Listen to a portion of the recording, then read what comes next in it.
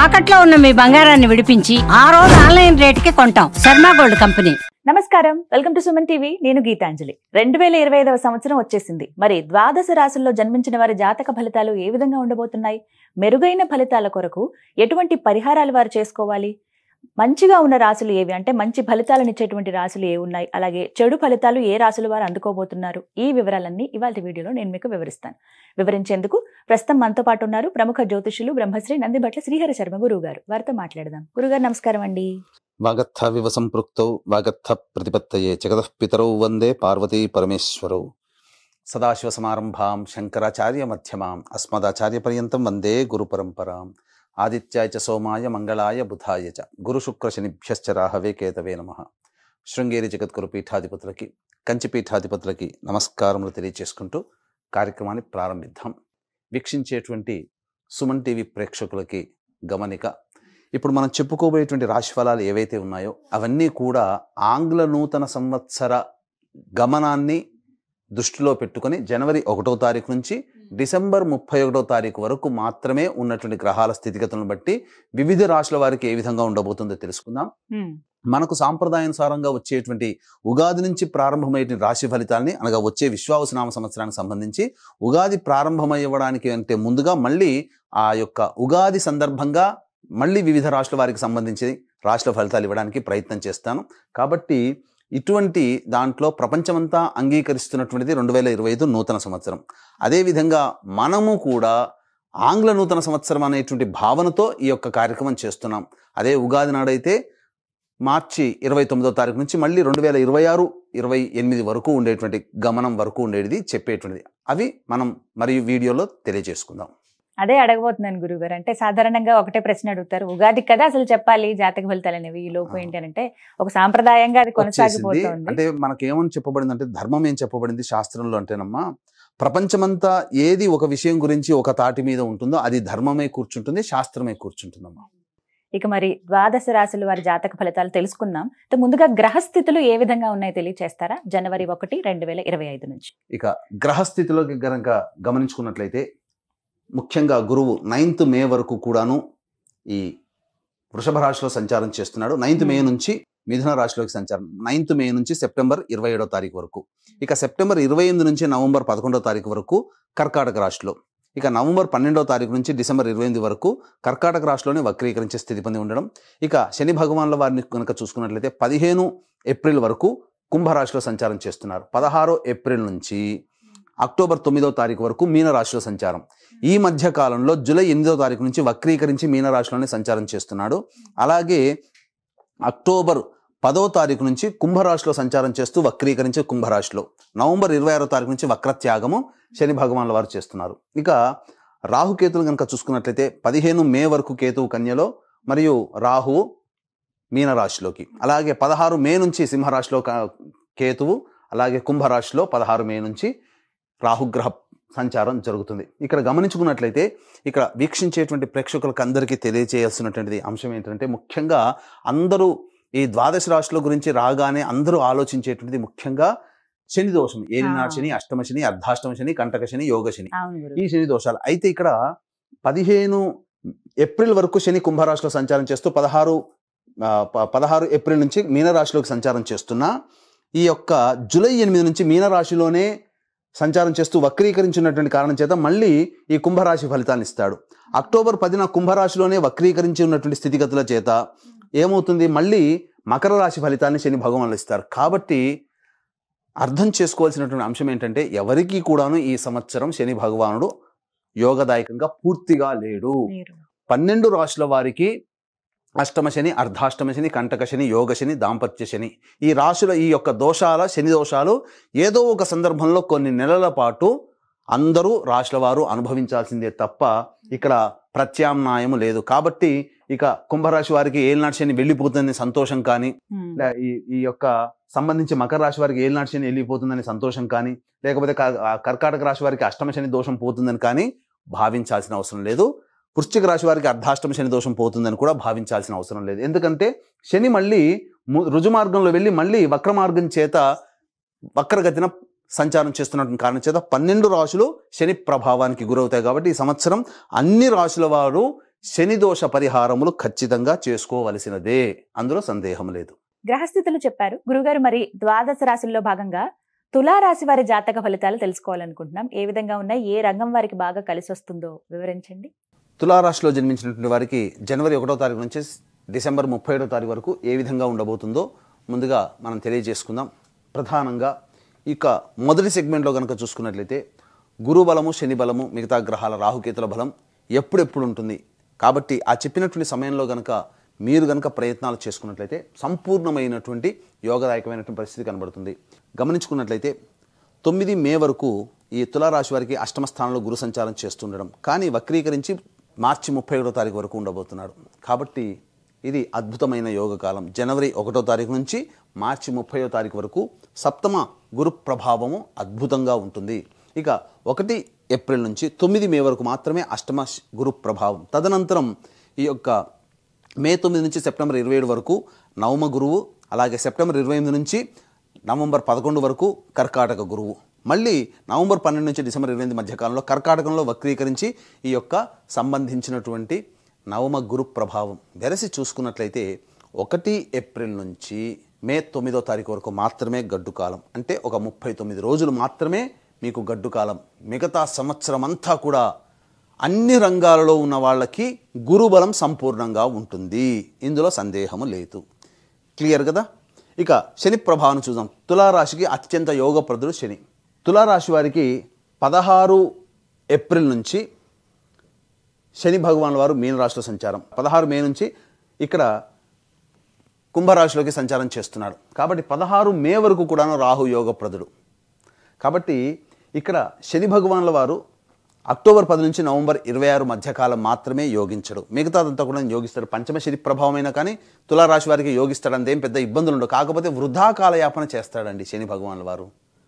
కాబట్టి ఈ శని భగవాన్ నుంచి వచ్చేటువంటి అనగా అన్నిటినీ పోస్ట్ పోన్ చేయాలనే ఆలోచన మీకు ఎక్కువిస్తుంది, బద్ధకం పెరుగుతుంది ఈ కుంభరాశిలో శని ఉన్నప్పుడు. కాబట్టి వృధా కాలయాపన చేస్తాడు. అటువంటి వాటికి తావివ్వకుండా ఉండి ఎప్పటిపైనా అప్పుడు చేసుకుంటే ఈ శనివారు కూడా యోగిస్తారు. కానీ అర్ధాష్టమ శని దోష ప్రభావం అక్టోబర్ 10 నుంచి నవంబర్ 26 వరకు ఉంది. ఆ సమయంలో తల్లిగారి ఆరోగ్యం పట్ల శ్రద్ధ వహించడం కానీ ఉండాలి. అలాగే గృహ మార్పులు అనేటువంటివి జరుగుతాయి. స్థాన చలనము అక్టోబర్ 10 నుంచి నవంబర్ 26 మధ్యకాలంలో బిందాస్గా హ్యాపీగా ఉన్నామండి, ఇంకా మనకేందండి తర్వాత చూద్దాం అసలు ఉంటుందో లేదో అనుకుంటారు. కానీ అకస్మాత్తుగా మీరు స్థానచలనం అక్టోబర్ 10 నుంచి నవంబర్ 26 మధ్యకాలంలో గృహం వేరే ప్రాంతానికైనా మారడం లేదా వేరే ప్రదేశానికైనా వెళ్ళిపోవడం కానీ జరగబోతున్నాయి. కాబట్టి వాహన ప్రమాదాలు కూడా చోటు చేసుకునే అవకాశం ఉంటుంది. కాబట్టి వెహికల్స్ నడిపేటప్పుడు ఈ యొక్క సమయంలో జాగ్రత్తలు పాటించండి. ఇక రాహువు సంపూర్ణముగా యోగిస్తున్నాడు. అద్భుతం అండి. రాహు యోగించినట్లయితే రాహు స్థానాధిపతి గురువు కూడా మీకు శుభస్థానంలో ఉన్న కారణం చేత ఇటు గురుబలము రాహుబలం సంపూర్ణంగా మీకు ఉండడం చేత అధిక ధనాదాయం ఈ తులారాశి వారికి ఉండబోతుంది. మీరు ఎప్పుడు కూడాను గత సంవత్సరంలో ఇబ్బందులు పడ్డాము కానీ ఈ సంవత్సరంలో ఆనందంగా ఉంటామంటే ఎస్ ఉండగలుగుతారు, అందులో సందేహమే లేదు. మీకు చక్కటి స్థితిగతులు అనేటువంటివి ఉంటాయి. ఇక ఈ యొక్క రాశిలో జన్మించినటువంటి ఉద్యోగస్తులకైతే నిరుద్యోగస్తులకి ఉద్యోగం లభించి తీరుతుంది. ఆల్రెడీ కేంద్ర రాష్ట్ర ప్రభుత్వంలో పనిచేసేటువంటి వాళ్ళకి ప్రమోషన్స్తో కూడుకున్నటువంటి బదిలీలు ఉంటాయి, కోరుకున్న చోటికి బదిలీలు జరుగుతాయి. ప్రైవేట్ రంగంలో ఉన్నటువంటి ఉద్యోగస్తులకి చక్కగా యోగదాయకమైనటువంటి పరిస్థితి ఉంటుంది. పెద్దల యొక్క సహాయ సహకారాలతో గురుతర బాధ్యతల్లో మీకు ప్రమోషన్స్ అనేటువంటి లభిస్తాయి. అయితే చాలామందికి ఒక డౌట్ రావచ్చు, ఇక ఈ సంవత్సరం మొత్తం కూడా ఉద్యోగం లభిస్తుందానంటే మీరు చాలామంది ఏమనుకుంటారు, మనం ప్రయత్నం చేసే సమయం బాగుండాలి కదా ఇటువంటివన్నీ యోగాలు కలగాలంటే. ఎస్, అక్కడికే వస్తున్నాను. ప్రయత్నం చేసేటువంటి సమయం బాగుండాలి. కాబట్టి ఏ సమయంలో మీరు కొత్త ఉద్యోగం కోసం ప్రయత్నం చేయవచ్చు ఉన్న ఉద్యోగంలో చేస్తున్నటువంటి వాళ్ళు. అలాగే నిరుద్యోగస్తులకి ఎప్పుడు ఉద్యోగం లభించి తీరుతుంది అనే విషయాలు కనుక చూసుకున్నట్లయితే ప్రధానంగా జనవరి 11 నుంచి ఫిబ్రవరి 11వ తారీఖు మధ్యలో ఉన్నటువంటి కాలం ఖచ్చితంగా నిరుద్యోగస్తులకు ఉద్యోగం లభిస్తుంది. వేరే ఉద్యోగం మారడానికి అనుకూలమైన సమయం. మళ్ళీ ఎప్పుడు ఉంటుంది? మార్చి 13 నుంచి ఏప్రిల్ 12 లోపల మళ్ళీ ఇటువంటి సమయమే. ఇంకా మళ్ళీ ఎప్పుడు ఉంటుంది? జూలై 15 నుంచి సెప్టెంబర్ 16వ తారీఖు వరకు ఉన్నటువంటి కాలం అద్భుతమైనటువంటి కాలం. ఇక ఇంతవరకే. ఈ ఆగస్టు సెప్టెంబర్ 16 తర్వాత మళ్ళీ ఉద్యోగ సంబంధంగా యోగించేటువంటి సమయం అంతగా లేదు. కాబట్టి ఈ చెప్పినటువంటి సమయంలోనే మీరు ఉద్యోగం కోసం ప్రాకులాడండి. నిరుద్యోగస్తులకి ఉద్యోగం, ఆల్రెడీ ఉద్యోగం చేస్తున్నటువంటి వాళ్ళకి వేరే సంస్థలో గొప్ప ఉద్యోగం లభించి తీరుతుంది. ఇక ఈ యొక్క తులారాశిలో జన్మించినటువంటి రాజకీయ ప్రముఖులైతే ఎవరైతే ఉంటారో రాజకీయ రంగంలో ఉన్నటువంటి వారికి రాహు అద్భుతమైన యోగం ఇస్తున్నాడు. మీరు ఊహించుంటారు, మీకు ఊహించని విధంగా మీకు పదవి లభించబోతుంది, నామినేటెడ్ పదవి. ఆల్రెడీ మీరు ఎన్నికలు కనుక ప్రయత్నం చేస్తున్నట్లయితే ఈ తులారాశిలో జన్మించినటువంటి వారికి ఎన్నికల్లో అఖండ విజయం ఈ యొక్క సంవత్సరంలో ఉండబోతుంది. ఏ ఎన్నికలైనా, సర్పంచ్ కావచ్చు, ఇతరత్ర ఏ ఎన్నికల్లోనైనా తులారాశి వారు విజయాన్ని పొందుతారు. ఇక ఈ యొక్క తులారాశిలో జన్మించినటువంటి సినీ రంగ ప్రముఖులు, అనగా సినీ రంగంలో ఉన్నటువంటి వాళ్ళు, టీవీ సీరియల్స్ రంగంలో ఉన్నటువంటి వాళ్ళు, అలాగే నాట్యము, సాహిత్యము, సంగీతము, నాటకంలో ఉన్నటువంటి వాళ్ళు, సోషల్ మీడియాలో 24 ఫ్రేమ్స్లో వర్క్ చేసేటువంటి వాళ్ళు, అలాగే ఎలక్ట్రానిక్ అండ్ ప్రింటింగ్ మీడియాలో ఉన్నటువంటి వాళ్ళు, వీళ్ళకందరికీ కూడా ఇటు రాహు ప్రభావం ఇటు గురు ప్రభావము చేత ప్రజాదరణ కలిగినటువంటి యోగదాయకమైనటువంటి పరిస్థితి ఉంటుంది. ఈ సంవత్సరం మొత్తం కూడా 1 ఏప్రిల్ నుంచి మే 9 వరకు మంచి సమయం కాదు. మిగతా సమయం అంతా సంపూర్ణంగా యోగిస్తుంది ఈ చెప్పినటువంటి రాశుల్లో. ఇక విద్యార్థులు చక్కగా గురుబలము ప్రభావం చేత కోరుకున్న చోట విద్యాలయాల్లో ప్రవేశ రుసుము కలుగుతుంది. విదేశీ యానానికి, విదేశీ విద్యకు అనుకూలమైనటువంటి సమయంగా చెప్పబడి ఉంది. అలాగే రైతులకి మీరు పెట్టినటువంటి ఏ పంటలైనా కానీ అధిక దిగుబడి వస్తుంది. కొత్త పంటలు వేసినా మీకు దిగుబడి చాలా చక్కగా ఉంటుంది. కౌలుల వ్యాపారంలో ఉన్నటువంటి వాళ్ళు, అలాగే కూలీలు, వీళ్ళకందరికీ, రైతు కూలీలకు అందరికీ కూడా ధనాదాయం చక్కగా ఉంటుందని చెప్పవచ్చు. ఇక ఈ యొక్క సంబంధించిన తులారాశిలో జన్మించినటువంటి ఐరన్ వ్యాపారస్తులు, స్టీల్ వ్యాపారస్తులు, ఎడిబుల్ ఆయిల్స్, ఆటో రంగంలో ఉన్నటువంటి వాళ్ళు, వీళ్ళకందరికీ కూడాను ధనాదాయం చాలా బాగుంటుంది. వ్యాపార విస్తరణ చేసుకుంటారు, మంచి స్థితిగతులు పొందుతారని చెప్పవచ్చు. ఇక ఎఫ్ఎంసీజీ రంగము, జనరల్ స్టోర్స్, సూపర్ మార్కెట్స్, ఫుడ్కు సంబంధించినటువంటి వ్యాపారస్తులు, అలాగే కర్రీ పాయింట్స్ నడిపేటువంటి వాళ్ళు, ఇంకా చెప్పాలి అని అంటే ఎడ్యుకేషనల్ ఇన్స్టిట్యూషన్స్, జ్యువెలరీ రంగంలో, తీర్థయాత్రలు, పూజా స్టోర్స్ నడిపేటువంటి వాళ్ళు, అలాగే పండ్ల వ్యాపారస్తులు, వీళ్ళకందరికీ కూడాను వ్యాపార విస్తరణకి చాలా చక్కగా ఉంటుంది. అనుకూలమైనటువంటి సమయంగా చెప్పబడి ఉంది. కాబట్టి అన్ని విధాలుగా ఆదాయం చాలా చక్కగా ఉంటుంది. ఇంకా చెప్పాలంటే రియల్ ఎస్టేట్ రంగంలో ఉన్నటువంటి వారికి, లాయర్ల రంగంలో ఉన్నటువంటి వాళ్ళు, మున్సిపాలిటీ డిపార్ట్మెంట్లో, ఎలక్ట్రికల్ అండ్ ఎలక్ట్రానిక్స్ రంగంలో పనిచేసేటువంటి వాళ్ళకందరికీ కూడాను ఈ యొక్క తులారాశి వారికి ఏప్రిల్ 1వ తారీఖు నుంచి మే 9వ తారీఖు మధ్యకాలం తప్ప మిగతా అన్ని సమయాలు కూడాను యోగదాయకంగా ఉంటుంది. వ్యాపార విస్తరణ చేసుకోవచ్చు, నూతన ప్రాజెక్టులు సంభవిస్తాయి. తద్వారా కొత్త ప్రాజెక్టులు కూడా సకాలంలో పూర్తి చేసుకొని లాభాల బాటలో ఉంటారని చెప్పవచ్చు. రాని బాకీలు మీకు వసూలు అవుతాయి. అయితే ప్రధానంగా మీ యొక్క ఈర్ష్యను చూసి, అనగా మీ యొక్క అభివృద్ధిని చూసి ఈర్ష్యపడేటువంటి వాళ్ళు ఉంటారు. కాబట్టి నరదృష్టి, నరఘోష ఎక్కువగా ఉంటుంది. ఈ యొక్క తులారాశిలో జన్మించినటువంటి స్త్రీలకి ప్రధానంగా మంచి యోగదాయకమైనటువంటి పరిస్థితి ఉంటుంది. సంతానం కలగనటువంటి వాళ్ళకి సంతానం కలుగుతుంది.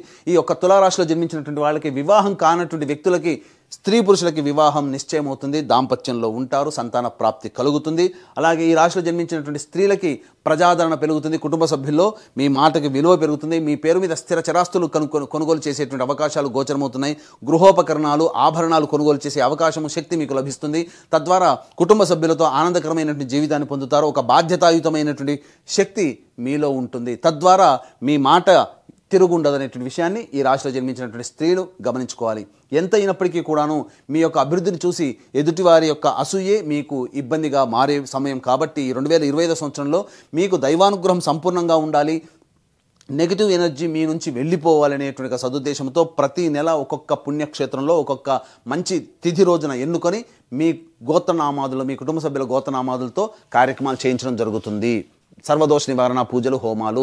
మీకు వివాహం అయితే మీ భర్త లేదా భార్య, పిల్లల జాతకం మీ మీద ప్రభావం, వివాహం కాకపోతే తల్లిదండ్రులు, తోడబుట్టిన వాళ్ళ యొక్క జాతక ప్రభావం మీ మీద ఉంటుంది. కాబట్టి ఈ తులారాశి వారికి చెప్పినటువంటి యోగాల కంటే కొన్ని అవయోగాలు ఉన్నాయంటే ఈ యొక్క కుటుంబ సభ్యుల ప్రభావం కావున. కాబట్టి ఈ సర్వదోష నివారణ పూజలు, హోమాలు అనేటివి జనవరి 13వ తారీఖు రోజున శ్రీకాళహస్తిలో కానీ, శ్రీశైలం క్షేత్రం కానీ మొదలు పెడుతున్నాం. ఇలా మొదలుపెట్టి 12 నెలల పాటు ఒక్కొక్క పుణ్యక్షేత్రంలో మీ కుటుంబ సభ్యుల గోత్రనామాలతో చేయించడం జరుగుతుంది. ఈ సంవత్సరం అంతా కూడా శని ప్రభావం అన్ని రాశుల వారికి ఉంది. కాబట్టి గత జన్మ కర్మదోష నివారణ హోమాలు కూడా జరిపించడం జరుగుతుంది. కాబట్టి అవకాశం ఉన్న వాళ్ళు ఈ యొక్క రిజిస్ట్రేషన్ సంబంధించినటువంటి వివరాలు కార్యక్రమ తదనంతరం కాంటాక్ట్ చేసి తెలుసుకోవచ్చు. అలాగే భర్త వైపు, తండ్రి వైపు 6 తరాలు, తల్లి వైపు, భార్య వైపు 3 తరాల్లో కుటుంబంలో ఏవైనా దుర్మరణాలు ఉన్నా, అలాగే కుటుంబ సభ్యులు 20 సంవత్సరాల లోపల ఏ విధంగా చనిపోయినా, liver problem, kidney problem, cancer రోగాలతో మరణించినా వాటిని పితృదోషము అని అంటారు. కాబట్టి ఇట్టి పితృదోష నివారణకి ప్రతి నెల నిజాయితీగా మన పీఠం ఆధ్వర్యంలో ఈ యొక్క పితృదోష నివారణ కార్యక్రమాలు జరిపించడం జరుగుతుంది. అవకాశం ఉన్న వాళ్ళు వివరాలు తెలుసుకోవచ్చు. తులారాశి వారి జాతకం చాలా బాగుంది ఈ సంవత్సరం అని చెబుతున్నారు. అయితే ఇంకాస్త మెరుగ్గా ఉండాలి ఫలితాలంటే గనక వారు ఎటువంటి పరిహారాలు చేసుకుంటే మంచిదంటారు? ఇక ఈ యొక్క తులారాశిలో జన్మించినటువంటి వారికి సంబంధించి సాధారణంగా అనునిత్యం ఎదురయ్యేటువంటి సమస్యల పరిష్కారం కోసం ప్రతిరోజు కూడాను సుబ్రహ్మణ్య భుజంగ స్తోత్రము, సూర్యుడికి నమస్కారం, సూర్యాష్టకం 6 సార్లు పారాయణం చేయడం, సుబ్రహ్మణ్య భుజంగ స్తోత్రం 3 సార్లు పారాయణం చేయడం అనేటువంటిది చేసుకున్నట్లయితే మరింత మెరుగైనటువంటి ఫలితాలు పొందుతారని చెప్పవచ్చు. అయితే ఇప్పుడు చెప్పినటువంటి పరిహారాల కంటే అలాగే జాతకం కంటే మీ యొక్క జీవితం విభిన్నంగా ఉన్నట్లయితే మీ యొక్క జన్మ జాతకంలో నడుస్తున్నటువంటి గ్రహ దశాంతర దశల యొక్క ప్రభావాలు కావున దగ్గరలోని మంచి ఉపాసనా పరులైనటువంటి జ్యోతిషుని సంప్రదించి వారి సలహాలు సూచనలు కనుక పాటించినట్లయితే మరింత మెరుగైన జీవితాన్ని పొందుతారని ఆశిస్తూ సర్వం శ్రీ ఉమామహేశ్వర పరబ్రహ్మార్పణమస్తు. చక్కగా వివరించారండి. ధన్యవాదాలు.